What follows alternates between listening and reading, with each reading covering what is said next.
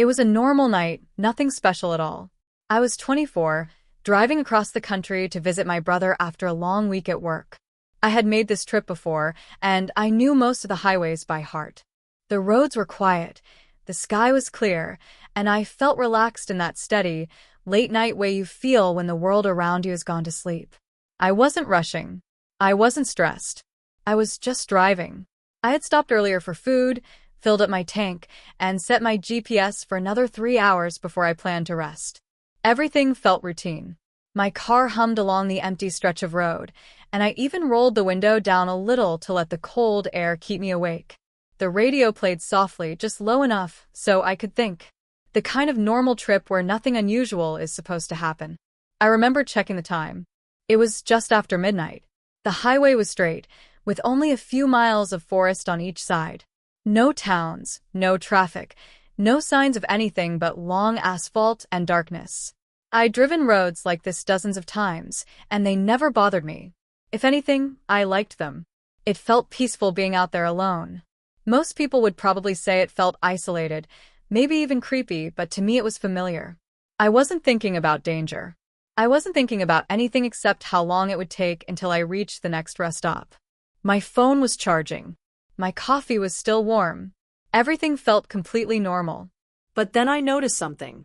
It happened slowly, small enough that I almost ignored it. At first I thought it was just my eyes playing tricks on me after hours on the road. Up ahead, maybe 100 yards or more, I thought I saw movement near the tree line. Just a dark shape, low to the ground, like an animal crossing. I didn't think twice. Deer, maybe, or a stray dog. The forest was thick there. Animals crossed all the time. But when my headlights got closer, I realized it wasn't shaped like any animal I recognized. It looked more like a person. Crawling. Low. Too low to be normal. And too slow, like every limb was moving separately, on purpose. I blinked hard and leaned forward, thinking I was tired and seeing things. But the closer I got, the more I realized I wasn't imagining it. The shape paused at the edge of the trees. Not hiding. Not running. Just waiting. I eased off the gas for a moment, confused. When the light finally hit it fully, I saw the outline clearly, a human form, crouched down on the ground, facing the road. Not standing. Not injured. Just positioned there, as if they had been waiting for a car to pass. And then, right as my headlights reached them, the figure lifted its head. I couldn't see the face, but I could see the eyes. They were already looking at me, directly at me, as if they knew I was coming. After that brief moment on the highway, I kept driving, trying to convince myself it was nothing more than my eyes getting tired. The road eventually opened up into a quieter stretch, and a small town showed up on my GPS. One of those places with a few gas stations, a diner, and maybe a motel or two. I wasn't planning to stop at first, but I'd already been on the road since late afternoon, and the miles were starting to get to me. I decided it was smarter to rest for a few hours than push through the night. The town was called Redbrook. I'd never been there before, but it looked like any other rural place scattered across the Midwest. A blinking yellow light at the main intersection. A grocery store with a half-lit sign. A narrow two-lane strip running through the center, lined with old brick buildings that probably closed long before sundown. It had that quiet, almost still feeling that small towns get after midnight. Nothing moving, no one outside, just the faint hum of streetlights and the occasional dog barking in the distance. I pulled into the first gas station I saw. The place wasn't busy, but one truck was parked at a pump, engine off, windows dark. I didn't pay much attention to it. I just needed fuel and a break from the road. Inside, the gas station was brightly lit, almost too bright compared to the darkness outside. The cashier was a younger guy, maybe early 20s, wearing headphones around his neck. He gave me a nod but didn't bother with small talk. I didn't mind. I grabbed a bottle of water, a sandwich, and a pack of gum, then stepped back outside into the cool air. The temperature had dropped more than I expected. A thin layer of mist hovered over the pavement near the edges of the lot, drifting lazily like smoke. I leaned against my car, unwrapped the sandwich, and took a moment to stretch my legs. Nothing about the place felt threatening. It was just a small town, quiet and a little empty, but normal. I wasn't the only traveler passing through. A couple stood near a silver minivan on the far side of the lot, sorting something in the back seats. A man in a reflective vest walked from pump to pump, emptying trash bins. His routine movements made the place feel safer, more grounded. Just people going about their night. Just a stop like any other. My plan was simple: fill up the tank, eat, and then find a place to sleep for a few hours. I checked my map and noticed a small motel less than a mile away, nothing fancy, just a single-story place with parking right outside the rooms. It seemed convenient enough. I figured I could get a cheap room, shower, rest, and head out again before sunrise. I wasn't meeting anyone. I wasn't running from anything. I wasn't searching for trouble or expecting anything strange. I was just another traveler passing through a quiet town after midnight. Everything in my night up to that point was simple, predictable, and normal. I had no reason to think that would change. Not yet. When I finished eating in the gas station parking lot, I tossed the wrapper into the trash and climbed back into my car. The engine started smoothly, but the mist hanging low across the pavement seemed thicker now, drifting in slow waves that made the edges of the lot look blurred. I didn't think much of it, just temperature dropping after midnight, but it made everything feel quieter than before. As I pulled out of the lot, I noticed the truck that had been parked earlier was still there. The driver's door was slightly open now, just a few inches. I didn't remember seeing it like that when I'd first arrived. Maybe the driver cracked it for air. Maybe they were asleep. Nothing really strange, but it stuck in my mind for a moment as I turned onto the main road. The town felt even emptier than when I'd arrived. Streetlights cast long shadows on the road, and the only sound was my tires rolling over the asphalt. Most shops were dark, though a small diner had a neon sign flickering on and off. For a second, I thought I saw someone walking behind the diner, but the figure slipped out of view too fast to tell if it was a person or just my eyes catching movement. The motel came into view on the right-hand side, a long, single-row building with a faded green roof. A few windows glowed dimly.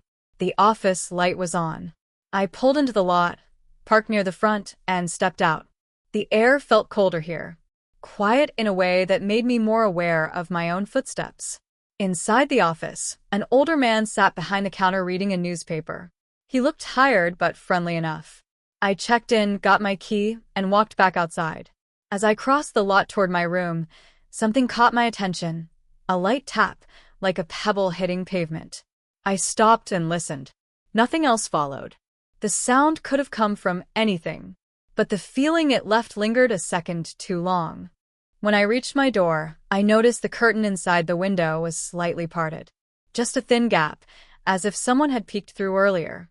I told myself the cleaning staff probably left it that way. Still, I paused for a moment before unlocking the door. Inside, the room was nothing special. 2 beds, a small table, old carpet that smelled like cigarettes from years ago. I set my bag down and headed to the bathroom to wash my face. As I dried my hands, I heard something faint outside. Not footsteps, more like a slow scrape against the pavement. A dragging sound. Light, but steady. When I stepped back into the main room and looked toward the window, the curtain had shifted. Barely, like a draft moved it. But the window was closed. I walked closer and stood still, listening again. The motel was quiet. Too quiet. Even the highway noise felt distant now. The scraping sound came again. Closer. Slow. Then it stopped. I couldn't see anything outside, but for the first time all night, I felt the unmistakable sense that someone else was nearby. Not watching me exactly, just present. Something in the air felt different. Not dangerous yet, but not normal anymore. Back in the motel room, I tried to shake off the uneasiness, but something about that scraping sound stayed in my head. I sat down on the edge of the bed, listening. For a minute, everything was silent again, and I started to wonder if maybe I really was tired enough to be mishearing things.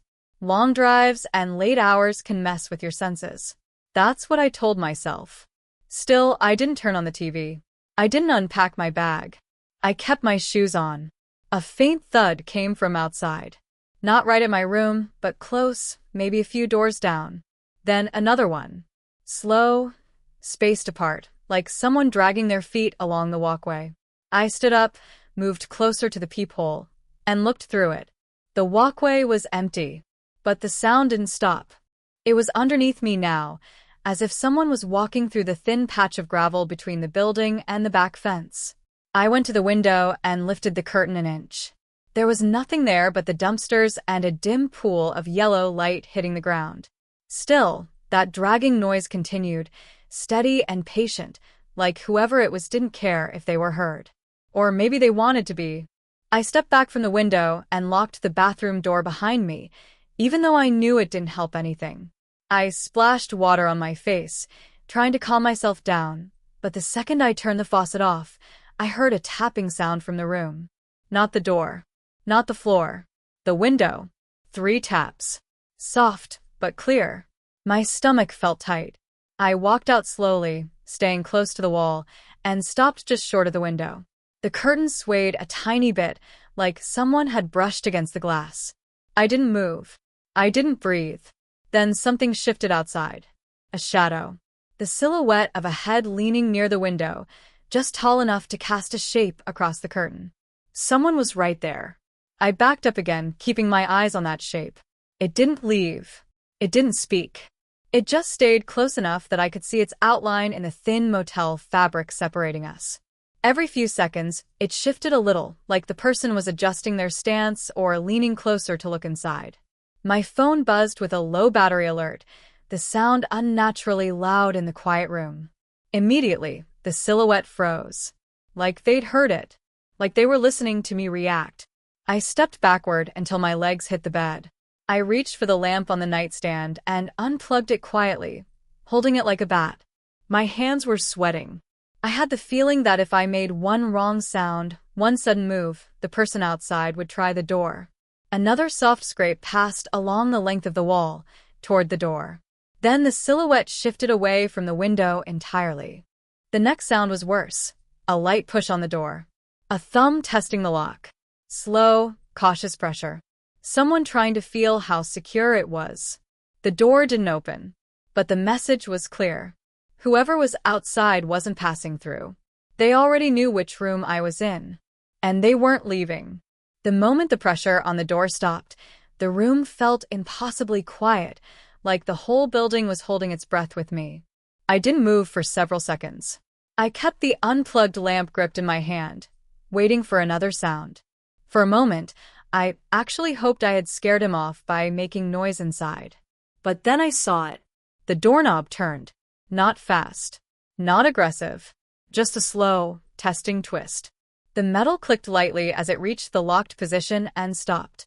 Whoever was out there waited a few seconds, then tried again just a fraction harder this time, like they wanted to see how solid the deadbolt really was. That was enough to get my pulse hammering in my ears. I stepped backward onto the bed and crouched there, the lamp raised, watching the door like it could break open at any moment. The knob rattled once more, harder now. Not out of frustration, more like someone building confidence. Testing. Learning. Then everything stopped again. No footsteps. No scrapping. No silhouette crossing in front of the window. Just silence. That silence lasted too long. I crept to the window, keeping low, and pulled the curtain back a sliver.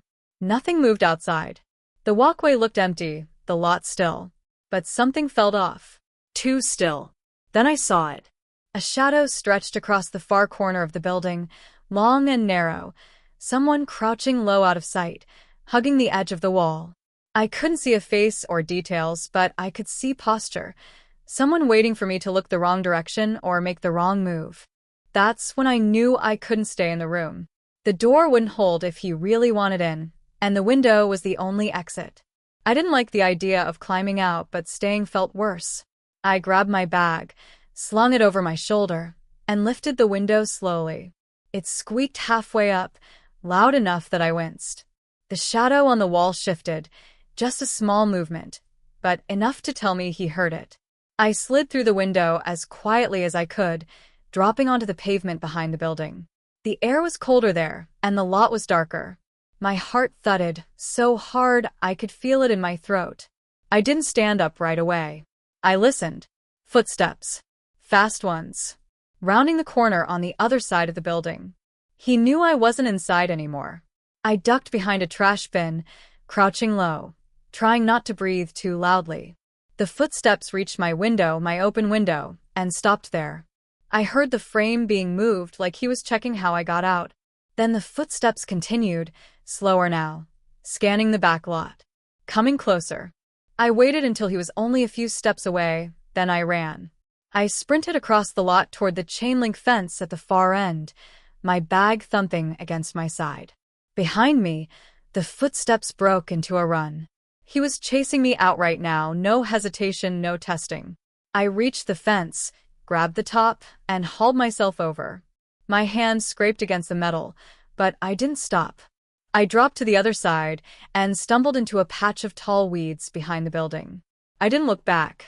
I just ran toward the road, toward the nearest light I could see. I didn't stop running until I found the gas station.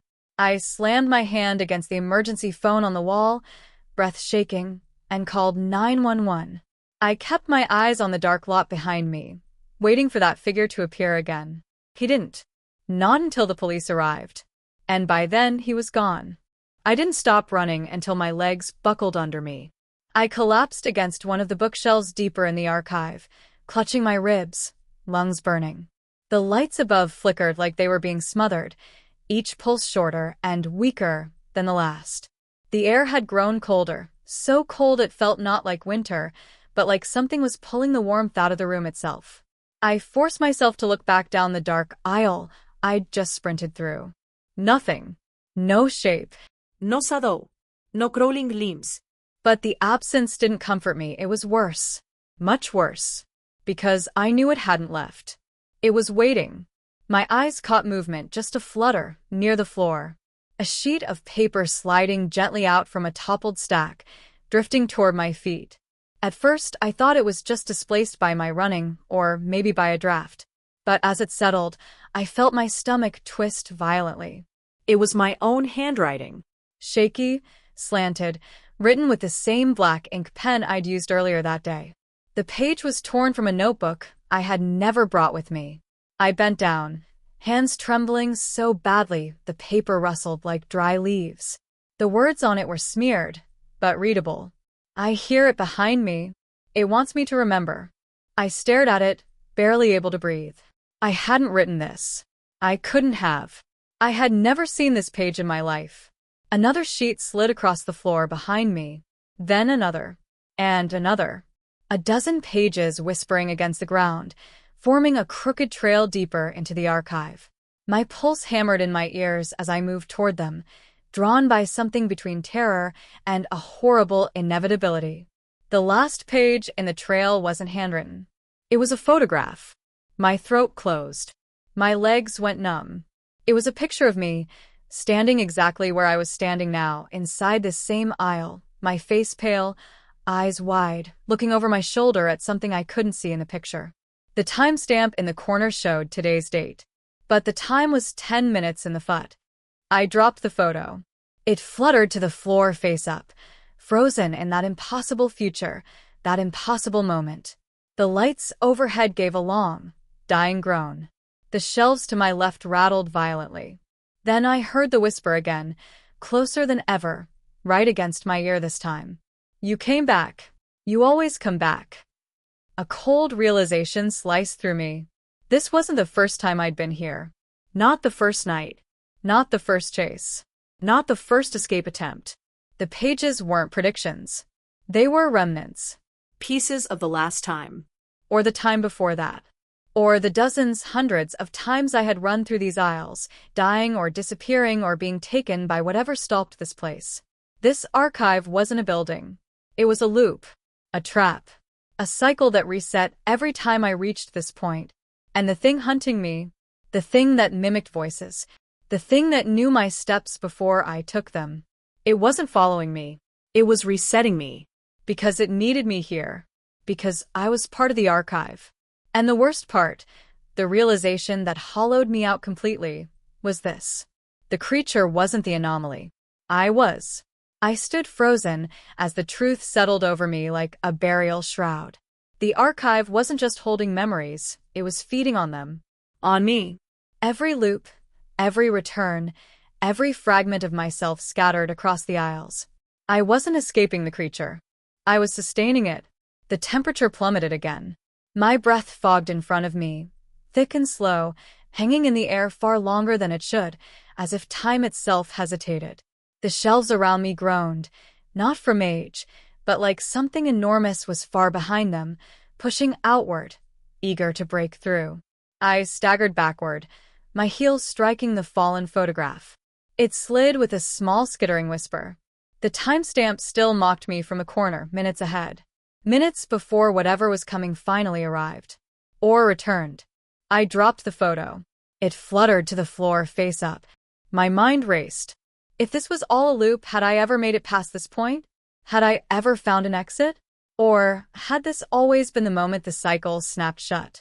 Another whisper threaded through the air, but this one wasn't right beside my ear like before. It moved, passed behind me, then in front of me, then distantly overhead. Like several versions of the same voice speaking out of sync. Not yet, not yet, not yet. I clamped my hands over my ears, but the whispers slipped through like smoke. They were coming from everywhere. From every moment I'd lived here.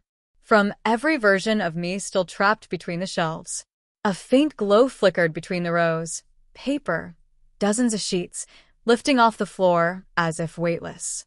They spiraled upward in slow, unnatural arcs, forming a drifting cyclone of torn pages. My handwriting, circling me, mocking me, repeating me.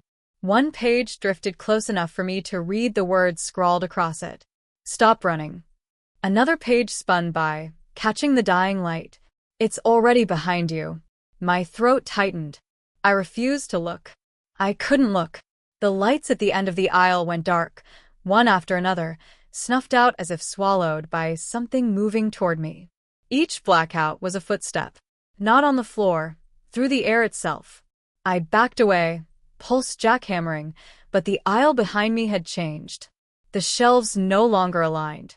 The path was wrong, narrower, twisting, walls bending inward like the archive was tightening its grip. The last working light above me flickered violently, buzzing like an insect pinned under a needle. My shadow stretched out unnaturally long across the floor, longer than it should, bending at angles my body didn't. For a moment, I thought the shadow wasn't mine at all. Then the buzzing stopped. Silence. Complete, horrifying silence. A single page floated down in front of me, turning lazily in the air until it landed face up at my feet. It wasn't handwritten. It wasn't a photograph. It was a map of the archive's interior. Every aisle, every row, every cold, echoing corridor. But someone had circled a spot in red ink. My current location. And just beside it, written in small, neat letters. This time, do not look back. My breath caught, because the paper trembled. Not from my hands, but from the weight of something enormous. Breathing directly behind me. And the lights all went out.